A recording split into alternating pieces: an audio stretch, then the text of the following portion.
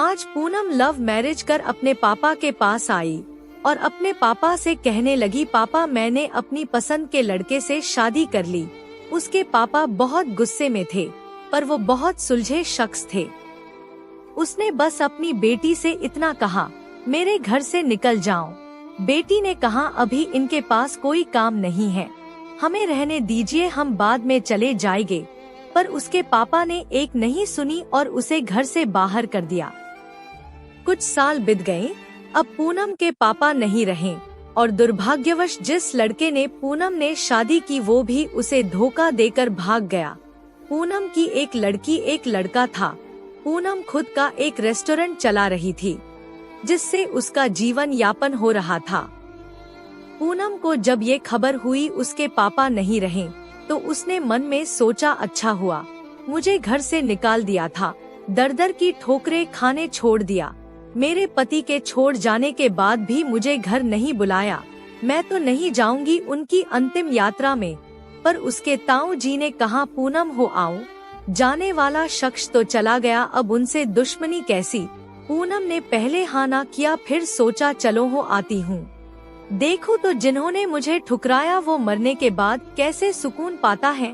पूनम जब अपने पापा के घर आई तो सब उनकी अंतिम यात्रा की तैयारी कर रहे थे, पर पूनम को उनके मरने का कोई दुख नहीं था।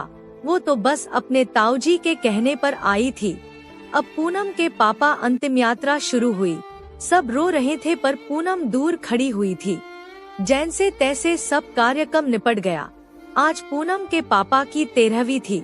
उसके ताऊजी आए और पूनम के हाथ में एक खत देते हुए कहा, ये तुम्हारे पापा ने तुम्हें दिया है, हो सके तो इसे पढ़ लेना। रात हो चुकी थी, सारे मेहमान जा चुके थे। पूनम ने वो खत निकाला और पढ़ने लगी। उसने सबसे पहले लिखा था, मेरी प्यारी गुड़िया, मुझे मालूम है तुम मुझसे नाराज हो, पर अपने पापा को माफ कर देना। मैं जानता हूँ तुम्हें मैंने घर से निकाला था, तुम्हारे पास रहने की जगह नहीं थी, तुम दर दर की ठोकरें खा रही थी, पर मैं भी उदास था, तुम्हें कैसे बताऊं। याद है तुम्हें जब तुम 5 साल की थी, तब तुम्हारी माँ हमें छोड़ के चली गई थी। तब तुम कितना रोती थी, डरती थी, मेरे बिना सोती नहीं थी, रातों को उठकर रोती थी। तब मैं भी सारी रात तुम्हारे साथ जागता था। तुम जब स्कूल जाने से डरती थी, तब मैं भी सारा वक्त तुम्हारे स्कूल के खिड़की पर खड़ा होता था, और जैसे ही तुम स्कूल से बाहर आती थी, तुम्हें सीने से लगा लेता था। वो कच्चा पक्का खाना याद है जो तुम्हें पसंद नहीं आता था, मैं उसे फेंक कर फिर से तुम्हारे लिए नया बनाता था कि तुम भूखी ना रहो। याद है तुम्हें जब तुम्हें बुखार आया था, तो मैं सारा दिन तुम्हारे पास बैठा रहता था, अंदर ही अंदर रोता था, पर तुम्हें हंसाता था कि तुम ना रो वरना मैं रो पड़ता था। वो पहली बार हाई स्कूल की परीक्षा जब तुम रात भर पढ़ती थी, तो मैं सारी रात तुम्हें चाय बना कर देता था। याद है तुम्हें जब तुम पहली बार कॉलेज गई थी और तुम्हें लड़कों ने छेड़ा था, तो मैं तुम्हारे साथ कॉलेज गया और उन बदतमीज लड़कों से भीड़ गया। उम्र हो गई थी और मैं कमजोर भी, कुछ चोटें मुझे भी आई थी, पर हर लड़की की नजर में पापा हीरो होते हैं, इसलिए अपना दर्द सह गया। याद है तुम्हें वो तुम्हारी पहली जीन्स, वो छोटे कपड़े, वो गाड़ी, सारी कॉलोनी एक तरफ थी कि ये सब नहीं चलेगा, लड़की छोटे कपड़े नहीं पहनेगी, पर मैं तुम्हारे साथ खड़ा था, किसी को तुम्हारी खुशी में बाधा बनने नहीं दिया। तुम्हारा वो रातों को देर से आना, कभी भी शराब पीना, डिस्को जाना, लड़कों के साथ घूमना, इन सब बातों को कभी मैंने गौर नहीं किया, क्योंकि जिस उम्र में थी उस उम्र में ये सब थोड़ा बहुत होता है। पर एक दिन तुम एक लड़के से शादी कर आई, वो भी उस लड़के से जिसके बारे में तुम्हें कुछ भी पता नहीं था। तुम्हारा पापा हूँ, मैंने उस लड़के के बारे में सब पता किया। उसने ना जाने वासना और पैसे के लिए कितनी लड़कियों को धोखा दिया, पर तुम तो उस वक्त प्रेम में अंधी थी। तुमने एक बार भी मुझसे नहीं पूछा और सीधा शादी करके आ गई। मेरे कितने अरमान थे, तुम्हें डोली में बिठाऊं, चांद तारों की तरह तुम्हें सजाऊं, ऐसी धूमधाम से शादी करूं कि लोग बोल पड़े वो देखो शर्मा जी जिन्होंने अपनी बच्ची को इतने नाजों से अकेले पाला है, पर तुमने मेरे सारे ख्वाब तोड़ दिए। खैर, इन सब बातों का कोई मतलब नहीं है। मैंने तो तुम्हारे लिए खत इसलिए छोड़ा है कि कुछ बात सकूं। मेरी गुड़िया, अलमारी में तुम्हारी माँ के गहने और मैंने जो तुम्हारी शादी के लिए गहने खरीदे तो वो सब रखे हैं। 3-4 घर और कुछ जमीनें हैं, मैंने सब तुम्हारे और तुम्हारे बच्चों के नाम कर दी हैं। कुछ पैसे बैंक में है, तुम बैंक जाकर उसे निकाल लेना।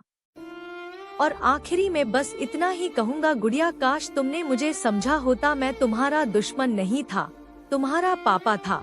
वो पापा जिसने तुम्हारी माँ के मरने के बाद भी दूसरी शादी नहीं की, लोगों के ताने सुने, गालियाँ सुनी, ना जाने कितने रिश्ते ठुकराए, पर तुम्हें दूसरी माँ से कष्ट ना हो इसलिए खुद की ख्वाहिशें मार दी। अंत में बस इतना ही कहूँगा मेरी गुड़िया, जिस दिन तुम शादी के जोड़े पर घर आई थी ना, तुम्हारा बाप पहली बार टूटा था। तुम्हारे माँ के मरने के वक्त भी उतना नहीं रोया जितना उस वक्त, और उस दिन से हर दिन रोया, इसलिए नहीं कि समाज, जात, परिवार, रिश्तेदार क्या कहेंगे। इसलिए वो जो मेरी नन्ही सी गुड़िया सुसु तक करने के लिए सारी रात मुझे उठाती थी, पर जिसने शादी का इतना बड़ा फैसला लिया पर मुझे एक बार भी बताना सही नहीं समझा। गुड़िया, अब तो तुम भी माँ हो, औलाद का दर्द खुशी सब क्या होता है, वो जब दिल तोड़ते हैं तो कैसा लगता है। ईश्वर तुम्हें कभी ना ये दर्द की शक्ल दिखाए। एक खराब पिता ही समझ के मुझे माफ कर देना मेरी गुड़िया। तुम्हार पापा अच्छा नहीं था जो तुमने उसे इतना बड़ा दर्द दिया। अब खत यही समाप्त कर रहा हूँ, हो सके तो माफ कर देना। और खत के साथ एक ड्राइंग लगी थी जो खुद कभी पूनम ने बचपन में बनाई थी, और उसमें लिखा था, आई लव यू मेरे पापा, मेरे हीरो, मैं आपकी हर बात मानूंगी। पूनम रो ही रही थी, उतने में उसके ताऊजी आ गए। पूनम ने उन्हें रोते रोते सब बताया, पर एक बात उसके ताऊजी ने बताई। उसके ताऊजी ने कहा, पूनम, वो जो तुम्हें रेस्टोरेंट खोलने और घर खरीदने के पैसे मैंने नहीं दिए थे, वो पैसे तुम्हारे पिताजी ने मुझसे दिलवाए थे। क्योंकि औलाद चाहे कितनी भी बुरी, माँ बाप कभी बुरे नहीं होते। औलाद चाहे माँ बाप को छोड़ दे, माँ बाप मरने के बाद भी अपने बच्चों को दुआ देते हैं। दोस्तों, पूनम के पापा को सुकून मिलेगा या नहीं मुझे नहीं पता, पर उस खत को पढ़ने के बाद शायद सारी जिंदगी पूनम को सुकून नहीं मिलेगा। बस इतना ही कहूँगा। आखिर में दोस्तों, लव मैरिज शादी करना कोई गलत बात नहीं, पर यही अपने माँ पिताजी की मर्जी शामिल कर ले, पत्थर से पानी निकल जाता है। वो तो माँ बाप है ना, कब तक नहीं टूटेंगे अपने बच्चों की खुशी के लिए।